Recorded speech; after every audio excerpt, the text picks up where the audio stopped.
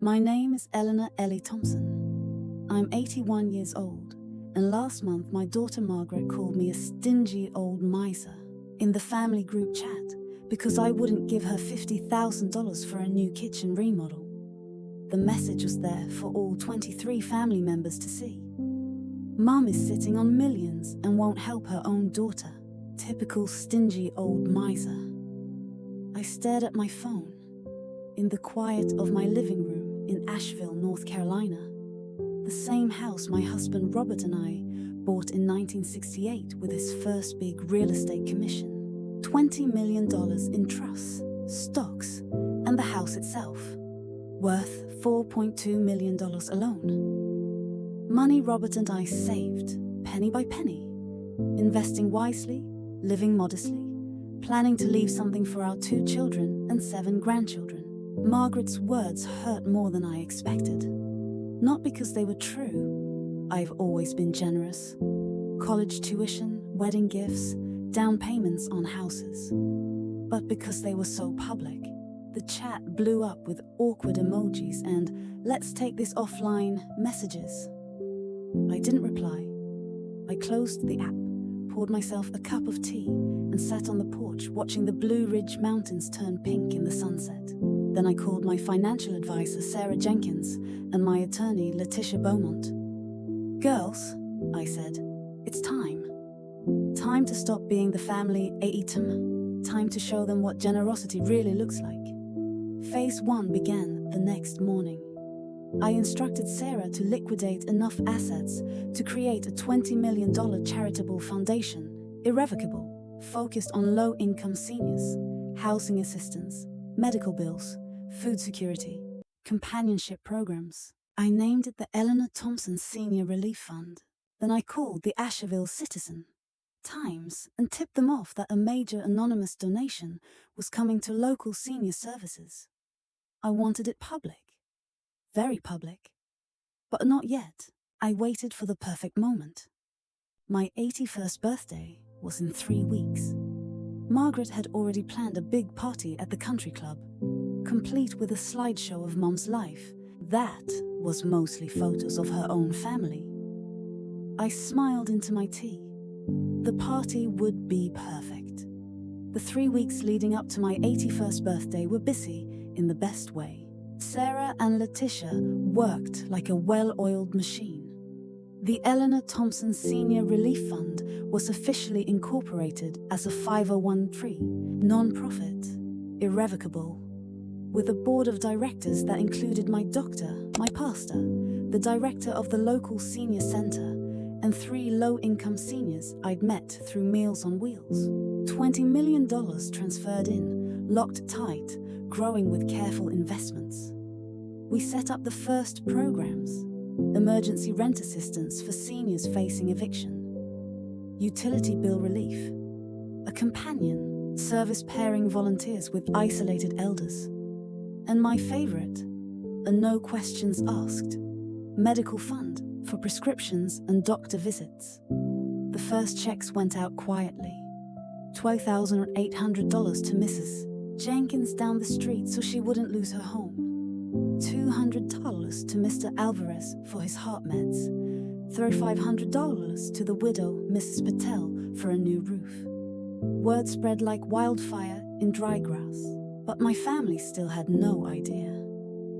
Margaret called twice a week, checking in on party details. "Mum, the club needs the final head count. And did you decide on the menu? Prime rib or salmon?" I told her salmon to keep it light. She asked if I'd thought any more about helping with her kitchen. I said I had something special planned for my birthday announcement. She assumed it was a check. The day before the party, I had Letitia film me signing the final foundation documents on video with 2 notaries and the board present. Then I wrote letters to each of my children and grandchildren, 23 in all, sealed them in cream envelopes with my monogram. I placed them on the silver tray in the foyer, right where the birthday cards would go. The party was Saturday night at the Asheville Country Club. Crystal chandeliers, white tablecloths, a string quartet, playing my favorite old standards. 200 guests, neighbors, church friends, garden club ladies, even the mayor. My children arrived early to help set up. Margaret fussed over the seating chart, making sure her family was front and center. David, my son, checked the bar twice. The grandchildren took selfies with the cake. 3 tiers, buttercream roses. Happy 81st Ellie in gold script. I wore my favorite lavender silk dress and the pearls Robert gave me for our 40th anniversary. At 7:30, the MC, the club president, invited everyone to be seated for a very special presentation from the birthday girl. I walked to the podium with Letitia by my side. The room hushed. I smiled out at 200 faces I'd known for decades. Then I began. "Thank you all for coming to celebrate with me tonight," I began, voice steady as the mountains outside the window. 81 years is a long time to collect blessings, and you are every one of them. Polite applause. But birthdays are for looking back and looking forward. Tonight, I want to look forward. I nodded to Letitia. The lights dimmed and a screen descended behind me. The first slide appeared. The Eleanor Thompson Senior Relief Fund, a $20 million commitment to low-income seniors in Western North Carolina. Gasps rippled through the room. Margaret half stood, eyes wide. I continued. 3 weeks ago, my daughter Margaret called me a stingy old miser in our family group chat because I wouldn't give her $50,000 for a kitchen remodel. I let that hang in the air. The screen changed to a screenshot of the exact message, projected 20 feet tall for all 200 guests to see. More gasps. Someone dropped a fork. I've spent my life being generous to my family. College, weddings, houses, cars, vacations. But that word stingy stuck in my craw. So I decided to show what real generosity looks like. The next slide. Photos of seniors I'd helped in the last 3 weeks. Mrs. Jenkins, 89, smiling in front of her paid-off home. Mr. Alvarez holding his heart medication with tears in his eyes. Mrs. Patel on her new roof, waving at the camera. $20 million irrevocably gifted to help seniors who have no one else. No more choosing between medicine and groceries. No more losing homes because property taxes went up. No more lonely nights because they can't afford a companion. The room was silent enough to hear hearts beating. Margaret was pale as the tablecloth. I looked straight at her. "Margaret, darling, you wanted new countertops. I gave 20,000 seniors new hope instead. You called me stingy. Tonight, I'm the most generous woman in Asheville." The applause started slow, then thundered. People stood. Some cried. The mayor rushed the stage to hug me. Letitia took the microphone. "The fund is already operational. The first grants went out yesterday. And Mrs. Thompson has one more announcement." I took the mic back. "All future income from my remaining assets will flow into the fund in perpetuity. My children and grandchildren will receive the family photo albums, my wedding china, and my love. The money now belongs to people who need it more than new kitchens." The standing ovation lasted 5 full minutes. Margaret tried to approach the stage, but friends, former friends, gently blocked her path. The cake was cut. The party continued, but the night belonged to the seniors who weren't even in the room. My family left early. I danced until midnight with strangers who thanked me through tears. The real work was just beginning. The weeks after the party were a whirlwind in the best way. The Asheville Citizen-Times ran a front-page story the next day. Local matriarch donates $20 million to Senior Relief Fund after family chat, calls her stingy. The article quoted my speech, showed the screenshot of Margaret's message, blurred just enough for decency, and included photos of the first seniors helped.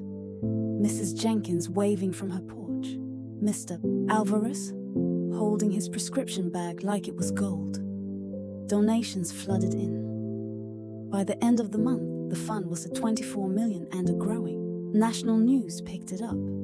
CNN, Good Morning America. Even a segment on The View where Whoopi Goldberg called me the ultimate boss grandma. My phone rang off the hook with interview requests. I did 3. Local TV, NPR, and a podcast for seniors. I kept the message simple. I'm not stingy. I'm selective. I choose to help people who have no one else. Margaret tried to spin it. She gave an interview to a local lifestyle blog claiming the group chat was taken out of context and that I had misunderstood a joke. The blog comments tore her apart. David, my son, called once, voice tight. "Mom, this is embarrassing the family." I said, "David, the family embarrassed itself. I'm just cleaning up the mess." He hung up. The grandchildren were split. Some sent apology texts. Some unfollowed me on Facebook. I didn't chase any of them. Instead, I got busy. The fund's first big project, converting an old elementary school into senior apartments. Rent, based on income, some free. We broke ground in November. I invited every senior in Buncombe County to the ceremony. Margaret and David were not on the guest list, but they showed up anyway, standing at the back in sunglasses like they were at a funeral. I saw them from the podium. I didn't acknowledge them. I just smiled at the 100 seniors in the front row and said, "This is what happens when someone calls you stingy. You show them what generous really looks like." The crowd cheered. The shovel went into the ground, and phase 2 began. The groundbreaking ceremony was the start of something bigger than I ever imagined. The old elementary school on Haywood Road had been closed for 15 years. We bought it for a song, renovated it with donations that kept pouring in, and turned it into 60 apartments for low-income seniors. Opening day was a beautiful October Saturday. Hundreds showed up. Seniors in wheelchairs, families pushing strollers, volunteers in matching t-shirts. The local TV stations were there. So was the mayor. I cut the ribbon with a giant pair of gold scissors while the high school band played Sweet Caroline. Margaret and David stood at the back of the crowd, arms crossed, faces tight. I saw them. I didn't wave. After the speeches, a reporter asked me if I had a message for my family. I looked straight into the camera. My message is this: generosity isn't about how much you give your own blood. It's about how much you give when no one is forced to love you back. I gave my children everything they needed to be kind. They chose not to be. So I chose to be kind to people who have no one else. The clip went viral. Some stingy grandma became a meme. But in the best way, people sharing stories of their own family greed and how they were inspired to give more. Donations hit $30 million by Christmas. My grandchildren started texting apologies, some genuine, some not. I replied to the genuine ones. Come volunteer. Actions speak louder than texts. 3 of them did. Margaret never has. She sold her house, moved to Charlotte, and started telling people her mother lost her mind to charity. Letitia sent her a cease and desist for defamation. She quieted down. David retired from his accounting firm and started volunteering at the fund's financial literacy classes for seniors. He says it's the least he can do. Sometimes he brings coffee and sits on the porch with me. We don't talk about the past much. We talk about the future. The fund now has 3 apartment buildings, a medical van, and a program that pairs seniors with high school volunteers for grocery runs and companionship. Every new resident gets a welcome basket with my favorite tea, a handmade quilt, and a note. You are not alone. You are home. I still live in my original house, but now it's the fund's headquarters. The guest rooms are offices. The parlor is a meeting room. I have a small apartment in the back, with my books, my rocking chair, and photos of Robert. Every evening I walk the grounds and check on my people. Sometimes a new resident will ask why I did it. I tell them the truth. Because someone I loved called me a name that wasn't true. So I spent the rest of my life proving them wrong, one helped senior at a time. The best part, the fun, will outlive me. The money is locked in perpetuity. My children can't touch it. My grandchildren will grow up knowing Grandma Ellie's name is on buildings that help people, not on kitchen countertops. And every time someone calls me generous, I think of Margaret's message. And I smile. Because she was right about one thing. I am sitting on millions. I just chose to sit on them for people who needed them more. The first winter with the fund fully operational was magical. We launched the Warm Homes program, emergency furnace repairs, weatherization, and blankets for seniors who couldn't afford heat. The need was heartbreaking. One call came from Mrs. Doris Langley, 89, living on $900 a month Social Security. Her furnace died in January. She was heating her house with the oven and space heaters. Our team fixed it the next day, free of charge. Mrs. Langley cried when the technician left. She called me personally to say thank you. I invited her to tea. She became the fund's first ambassador, speaking at churches and civic clubs about what the money meant to real people. Margaret saw the stories on the news. She texted me for the first time in months. "Mum, people are talking. This looks bad for the family."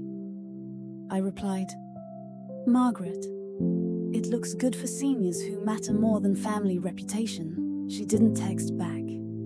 David started volunteering anonymously at the fund's office, stuffing envelopes and answering phones. He never told me. I found out when a volunteer mentioned a nice man named David who won't give his last name. I smiled and said nothing. By spring, the fund had helped over 2,000 seniors. We opened a second office in Henderson County. The local community college started a scholarship in my name for nursing students specializing in geriatrics. Margaret's country club friends started whispering. Her friends asked if the group chat message was real. She stopped going to luncheons. One day in April, she showed up at my door unannounced, holding a store-bought pound cake like a peace offering. "Mum, can we talk?" I let her in. We sat in the kitchen, same table where she learned to color inside the lines. She cried. "I was wrong. I was jealous. I wanted the money for me, not for need. I'm sorry." I handed her a tissue. Apology accepted. "Now what are you going to do about it?" She looked confused. I slid an application across the table. "The fund needs a volunteer coordinator. 40 hours a week, no pay, starts Monday." She stared at it. Then she picked up the pen and signed. She's been there every day since. Some mornings she brings coffee. Some mornings we don't speak. But she's there, and slowly, very slowly, she's learning what I learned the hard way. Generosity isn't about how much you have. It's about who you choose to share it with. 10 years have passed since that birthday party. I'm 91 now, a little slower on the stairs, but still sharp enough to beat the computer at Scrabble and still driving my old Buick to the senior center every Tuesday for bridge. The Eleanor Thompson Senior Relief Fund is now the cornerstone of elder care in Western North Carolina. We own 8 apartment buildings, 3 medical clinics, and a fleet of vans that deliver meals and rides to doctor appointments. The fund has grown to 58 million, thanks to thousands of small donations from people who heard my story and wanted to be part of something good. Every new building has a plaque, in memory of a family chat that taught one woman what generosity really means. Margaret works full-time as the volunteer coordinator. She's good at it. She knows every resident's name, their favorite tea, their grandchildren's birthdays. Some mornings she brings me coffee on the porch. and we sit in silence watching the mountains. We don't talk about the past much. We don't need to. David retired and moved back to Asheville. He teaches financial literacy classes at the fund, helping seniors avoid the scams he once ignored. His wife left him, but his grandchildren visit every Sunday. They call me Grandma Ellie again. The great-grandchildren, there are 12 now, spend summers with me, helping in the gardens, reading to residents, learning that family isn't just who you're born to, it's who you choose to love when it's hard. Margaret never remarried. She says she's too busy being useful. Sometimes she asks if I'm proud of her. I always say yes, because I am. The fund will outlive me by generations. The money is locked in perpetuity, growing, helping, healing. My children can't touch it, but they can work for it. And they do. Every Christmas we throw a party for the residents. Ham, collards, cornbread, and 7 kinds of pie. Margaret organizes it. David carves the ham. The great-grandchildren serve dessert. I sit at the head table in my favorite blue dress, watching the room full of people who have become my real family. Sometimes a new resident will ask how it all started. I tell them the short version. Someone I loved called me Stingy, so I spent the rest of my life proving them wrong. Then I raised my glass of sweet tea. To the people who need us most, may we never be too old to give. The room cheers. And somewhere in the mountains, the echo of an old group chat fades a little more. Because some words hurt, but some actions heal. And healing sugar is the best revenge of all.